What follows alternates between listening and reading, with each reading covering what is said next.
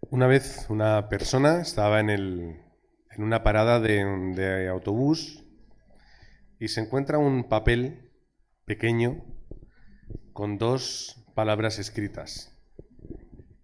Y lo lee y dice, y ponía histrionicus, histrionicus, ¿no? Y se queda como diciendo, ¿esto qué puede ser?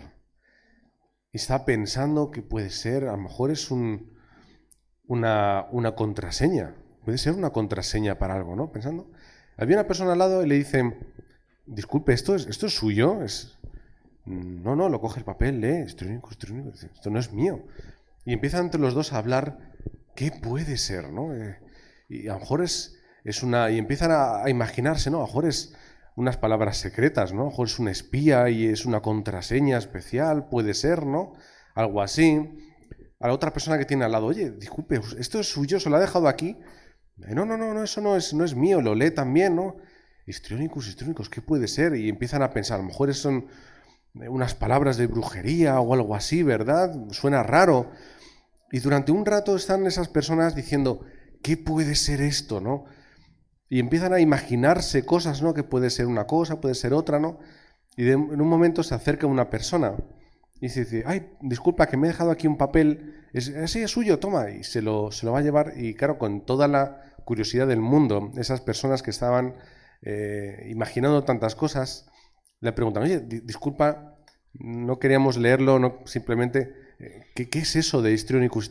Dice, es que soy bióloga y ese es el nombre técnico del pato arlequín, ¿no? Entonces, ¿qué ocurre? Que la gente vive su vida intentando dar respuesta a lo que se encuentra, ¿verdad? Suceden cosas, no se entienden, y como no se entienden, nos imaginamos un significado, ¿verdad? Nos imaginamos qué podía llegar a ser. Y la gente vive así sus vidas, ¿verdad? Suceden cosas a su alrededor, no entienden qué sucede, no saben por qué, y empiezan a intentar imaginar, ¿no? O intentar dar respuesta con más o menor imaginación a lo que sí que tiene una respuesta, ¿verdad? La respuesta a veces es muy sencilla. Lo que pasa es que la gente no lo puede ver. Estábamos en Corea cuando éramos más jóvenes, éramos remanentes, estábamos en una casa de misión, allá por el año 2006, hace ya mucho, éramos jovencitos y estábamos en la casa de misión de una iglesia que estaba dentro del mismo edificio de la iglesia. Y por la tarde-noche, no, ya era ya noche, pues íbamos a salir, no recuerdo para qué. Salimos, y como por una puerta de atrás, yo voy primero, sigo, veo que la pared hay un momento en el que gira un poco y hay una bajada de escaleras. El problema es que esa bajada de escaleras caía justamente en picado, no nacía ahí, sino que nacía un poquito más adelante y el hueco de las escaleras estaba abierto, no había ninguna barandilla. Digo, uy, menos mal que lo he visto, ¿no? Paso un poquito por el lado y tiro por delante. Cuando llego como al final, es una especie como de pequeño callejón o de aparcamiento, miro para atrás y está Adrián, al que todos conocéis, y está andando porque el problema es que él ve muy mal sin gafas. Y él tuvo la genial idea de no ponérselas, ¿vale? Entonces, ¿qué estaba haciendo? Pues algo muy inteligente, que es ir, como no veía bien, pues iba palpando un poco la pared. ¿Cuál es el problema? Que él no vio que estaba el hueco de las escaleras y que si él continuaba yendo por la pared, se caía, ¿no? Entonces, yo no caí en ese momento y dije, se va a dar cuenta, no va a caerse por ahí. ¿Qué es lo que pasó? Que se cayó de cabeza, ¿no? O sea, se cayó, se hizo daño en una rodilla, una pequeña esguince. Al día siguiente nos llevaron a un médico de estos acupuntores, le hizo un par de crujidos, unas agujitas y sin problema. Pero no vio ese agujero que estaba ahí, no vio el hueco de la escalera, de eso que había bajado, ¿no? Pero yo sí lo vi. Como yo sí lo vi, no me caí. Pero como él no lo pudo ver, se tuvo que caer, ¿verdad? Y ahí aprendió la lección de tengo que llevar siempre gafas, ¿verdad? ¿Cuál es el problema? El problema es que la gente no puede ver lo que sucede a su alrededor, no lo ve con claridad. No puede verlo con claridad. Los fariseos en ese momento no podían ver realmente lo que estaba sucediendo delante de ellos. Ellos, con su mentalidad, con su espiritualidad, con su religiosidad, su seguimiento de la ley, pensaban que eran personas perfectas que estaban en esos puestos especiales escogidos por Dios, ¿verdad? No podían ver lo que tenían delante. No podían comprender más allá de las apariencias, de los actos y del esfuerzo, ¿verdad? Era esa vida religiosa, esa vida de la ley, esa vida del tengo que hacer, tengo que aparentar, tengo que conseguir. No veían de forma correcta. Por eso el primer punto de hoy es lo que nadie puede ver. Lo sabéis, ¿verdad? Lo que el mundo puede ver, ¿qué es? Es muy sencillo. El mundo ve un azar, ¿verdad? Había un periodista muy famoso que decía, la gente piensa que esto es por azar, que el Big Bang, nos hemos formado una forma u otra, y el ser humano en un tiempo récord, porque aunque son muchos años que llevamos de historia, ¿verdad? Pero realmente no es tiempo para que el ser humano haya podido crecer de la forma que ha crecido con esa profundidad. Dice, tiene que haber algo. Y ese algo lo deja ahí abierto, ¿no? Cada uno que coloque ese hueco como quiera, ¿verdad? La gente piensa en el azar, piensa en la suerte, o piensa en el destino, ¿verdad? Lo que va a ser. Eso es lo que la gente puede ver. Puede ver la apariencia, que es algo que es muy importante, ¿verdad? Son las cosas que la gente puede ver. ¿Qué es lo que un cristiano, una persona religiosa puede ver? Puede ver a un Dios de milagros, a un Dios que hace grandes cosas, puede ver cómo la obra de Dios sucede en el campo, alrededor del mundo, puede ver cómo Dios ayuda y sostiene a los que tienen fe en Él, ¿verdad? Eso es lo que los cristianos, lo que la gente religiosa puede ver, ¿verdad? Sin embargo, nosotros tenemos que ir más allá. Tenemos que ir más allá. ¿Qué es lo que nosotros como hijos de Dios, nosotros como remanentes, y en esta palabra nos meto a todos, tenemos que ver? Tenemos que ver al mundo con los ojos espirituales. Tenemos que ver al mundo tal cual es. Tenemos que ver las circunstancias que suceden en nuestra vida y alrededor de la forma correcta. Tenemos que ver más allá de lo que Satanás no nos quiere mostrar. Tenemos que ver las obras de la oscuridad que suceden en el mundo. Tenemos que ver cómo Satanás gobierna e influye en la sociedad. Tenemos que ver a las personas también con ojos espirituales. Tenemos que ver cuál es la verdadera necesidad, cuál es el verdadero estado de la persona, cuál es el motivo por el que algunas personas hacen ciertas cosas.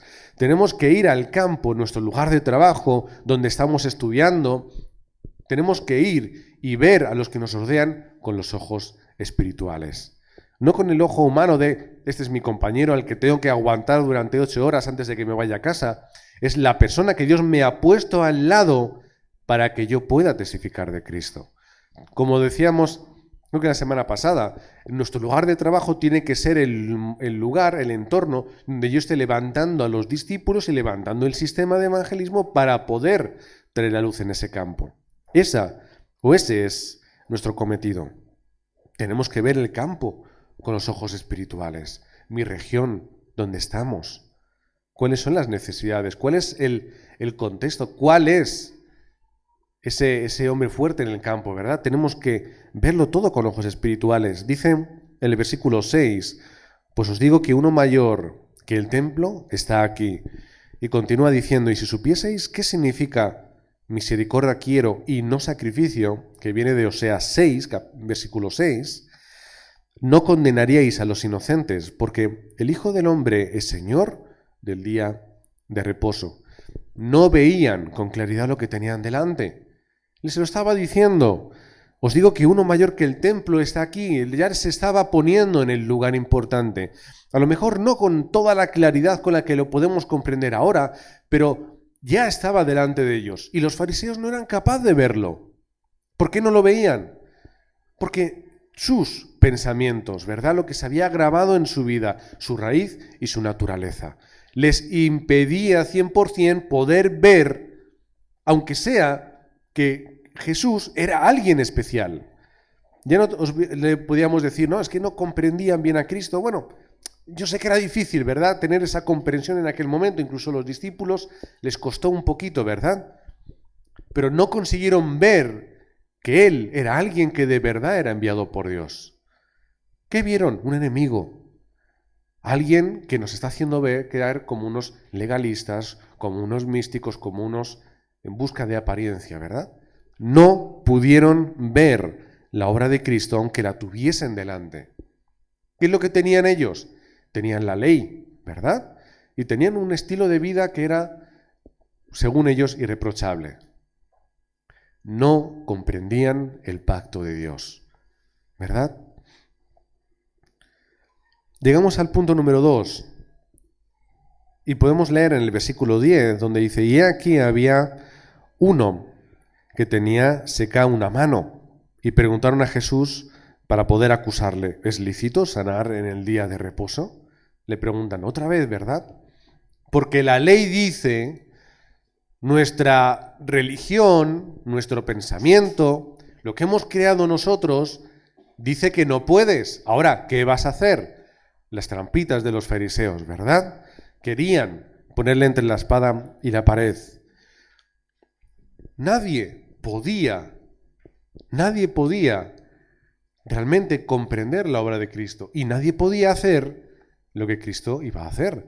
Y fijaos que en ese momento ellos de alguna forma esperaban que Jesús sanase a esa persona, ¿verdad? Es decir, ellos eran conscientes de que había cierto poder, pero ni aun así eran capaces de comprender la obra de Cristo. ¿Quién podía sanar a esa persona? Nadie podía sanarla. Era imposible. No había forma en ese tiempo humana o científica que pudiese darle una solución. ¿Verdad? Solo Cristo lo podía hacer, ¿verdad? Por eso, ¿qué es lo que la gente puede hacer en su vida? Puede trabajar muy duro por conseguir mucho dinero. Puede trabajar y se puede conseguir. Si seguís ciertos consejos y tenéis cierto estilo de vida, no es muy difícil ganar dinero. Lo que pasa es que somos muy incapaces y no sabemos hacerlo, ¿verdad? Pero se puede conseguir de muchas formas, ¿verdad? El dinero está ahí. Nos podemos esforzar por tener cierta posición. Ahora con las redes sociales, mucha gente joven se esfuerza mucho por tener cierta prestancia en las redes sociales, ¿verdad? Podemos estudiar mucho, como se suele decir, para ser alguien en la vida. O, por lo menos, parecerlo, ¿verdad? Eso es lo que la gente puede hacer. Puede esforzarse y entregar su vida por cosas materiales, cosas pasajeras, cosas que no tienen ninguna importancia. ¿Qué es lo que una persona religiosa puede hacer, como los fariseos? Podemos leer mucho y memorizar la Biblia. Podemos, si queremos, memorizar gran parte de ella. Yo conocí a una persona que de alguna forma, memorizar versículos se le parecía poco y quería avanzar al siguiente nivel y decía que quería aprenderse capítulos enteros y que estaba trabajando en ello, ¿verdad? Pues me parece muy bien. Si tienes tiempo y ganas para memorizarte capítulos es fantástico, ¿verdad? Pero ¿qué es lo que una persona religiosa puede hacer? Se puede esforzar por ser ética y buena, ¿verdad? Yo tengo que ser bueno, tengo que ser una buena persona y tengo que ayudar a los demás. Es lo que los fariseos hacían, supuestamente, ¿verdad? Hacían muy buenas obras, porque eso en el pensamiento judío es tremendamente importante. Como la limosna, es muy importante. Por eso la gente se ponía cerca del templo, porque un buen judío tendría siempre que darles, ¿verdad?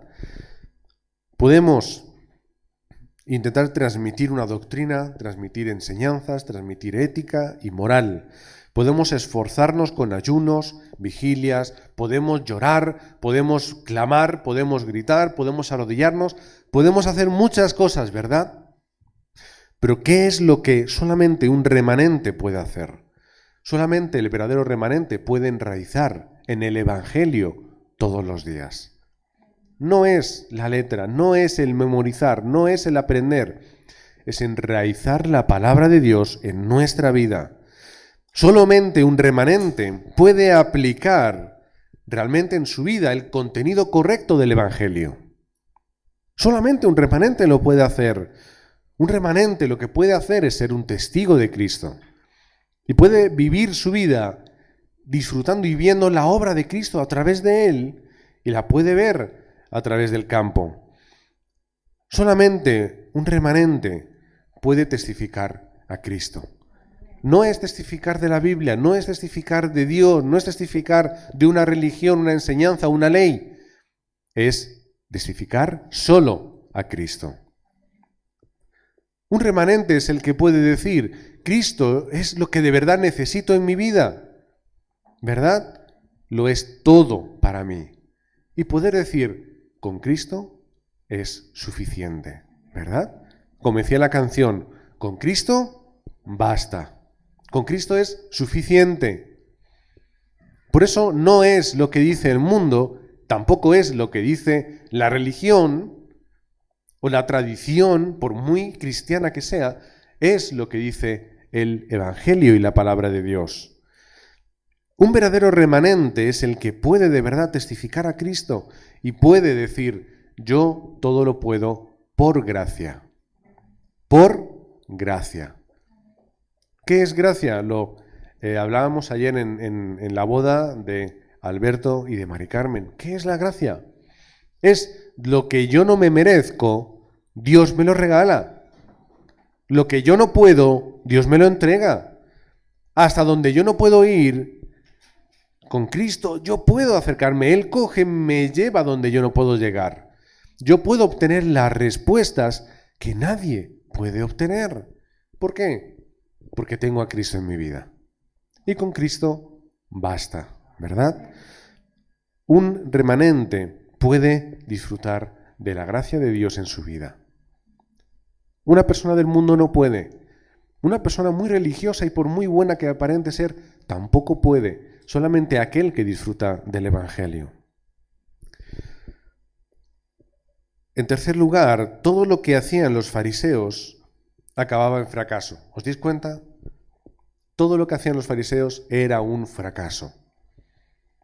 Todo lo que intentaron menos una cosa, que fue acabar con la vida de Jesús, ¿verdad? Pero ni siquiera eso fue un éxito, ¿verdad? Porque era el plan absoluto de Dios.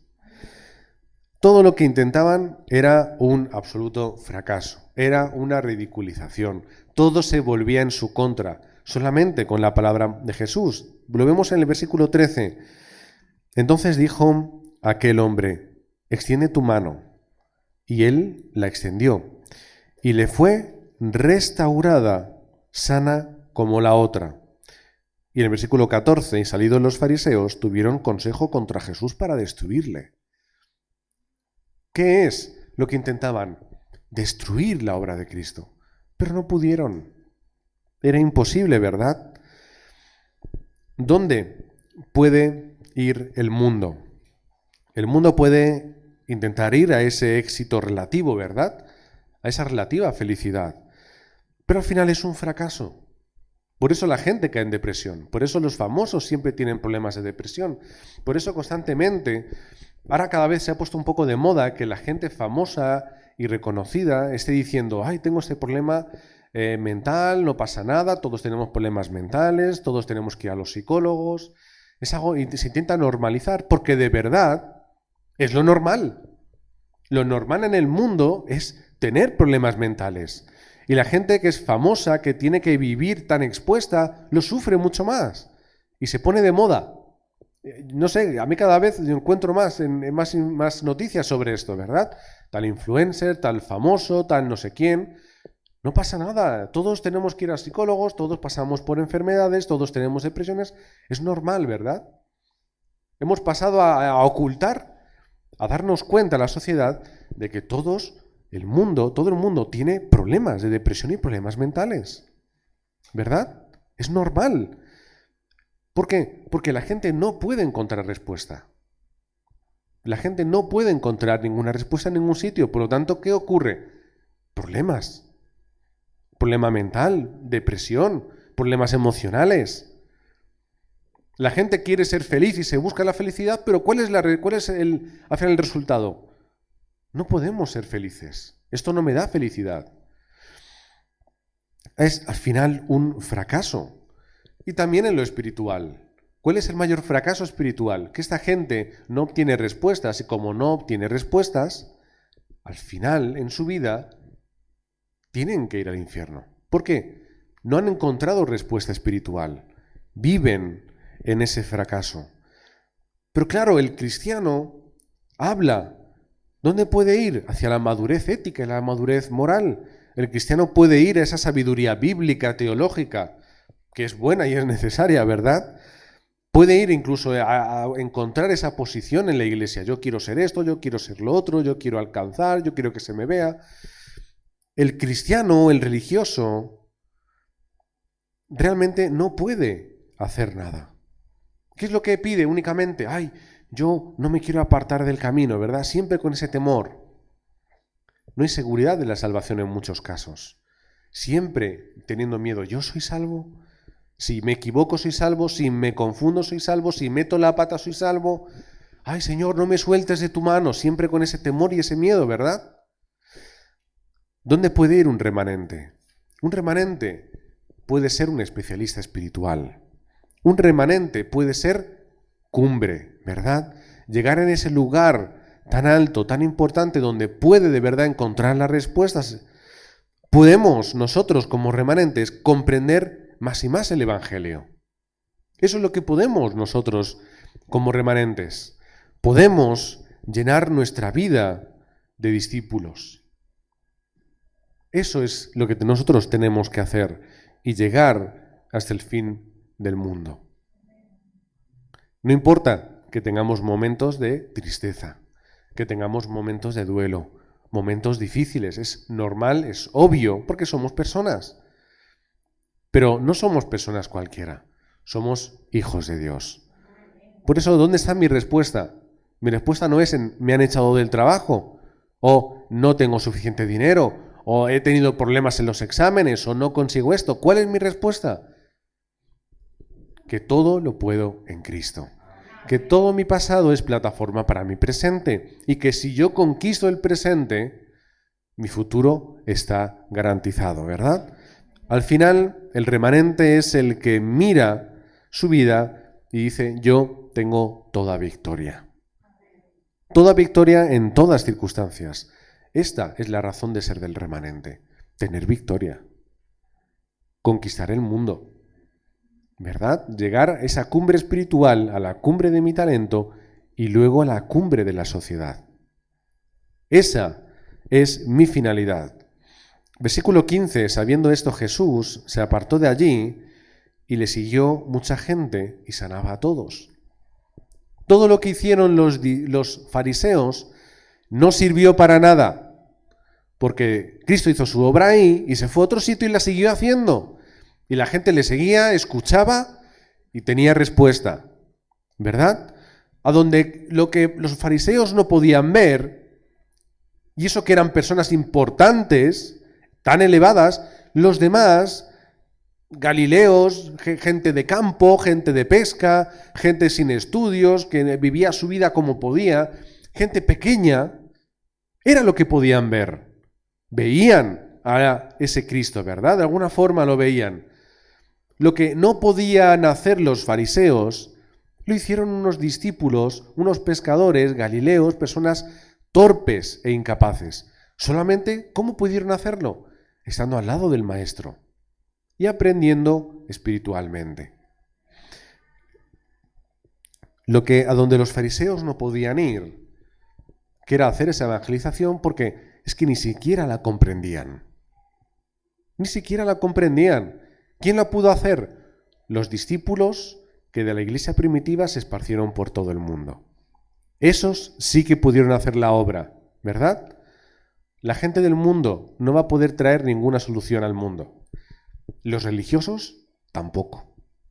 Solamente los remanentes. Y como he dicho en un principio, nos incluyó a todos. Así que, a modo de conclusión, que podamos ser nosotros mismos o que podamos reencontrarnos con ese yo que Dios ha creado. No con el yo que el mundo crea o con el yo que yo creo que tengo que ser. El yo que Dios ha creado. Tenemos que ver todo con ojos correctos. Miradlo todo con ojos correctos. Mirad bien el mundo y el campo que os rodea, pero lo más importante, miraros a vosotros bien. Sed críticos. No pasa nada, sed críticos. Pero en el mismo tiempo que seáis críticos con vosotros, veis vuestras faltas, vuestras imperfecciones, entrar dentro de ese hábito y de esa vida del evangelista. Cuando consigáis tener esa respuesta espiritual, todo lo demás cambiará. Todo lo demás lo conseguiréis hacer. Y donde no podéis, podréis. Y donde no podéis ir, iréis. Y lo que no hayáis podido hacer antes, lo vais a poder hacer ahora. Haced lo que es no solamente necesario en vuestra vida, lo que es imprescindible. Como lo digo muchas veces, hay muchas cosas necesarias en mi vida, muchas. Necesito esto, necesito lo otro. Haced lo que es imprescindible. Haced lo que es imprescindible. Porque, hermanos, los remanentes, nosotros somos únicos. En el mundo no hay nadie como nosotros. Y no porque nosotros podamos, no tenemos que tener ese orgullo en nosotros. Tenemos orgullo en la palabra que Dios nos ha dado y en el pacto que Dios nos ha entregado y en la promesa que se cumplirá, que la tenemos nosotros, no porque podamos, no porque nos la hayamos merecido, porque Cristo o a Dios así le ha placido. Amén. Así que vamos a disfrutar de estas respuestas. Señor, quiero dar gracias por esta palabra. Señor, os quiero agradecer que de verdad nos hayas dado esta respuesta. Vamos a poder ser esos remanentes que veamos lo que nadie puede ver, que vayamos donde nadie puede ir, que podamos hacer lo que nadie más puede hacer. Es la promesa que tú nos has dado, es ese plan perfecto que tú has trazado, porque así tú vas a hacer la evangelización del mundo, que podamos disfrutar de estas respuestas durante esta semana y podamos ver las evidencias que tú ya tienes preparadas en el campo. Oramos en el nombre de Jesucristo. Amén.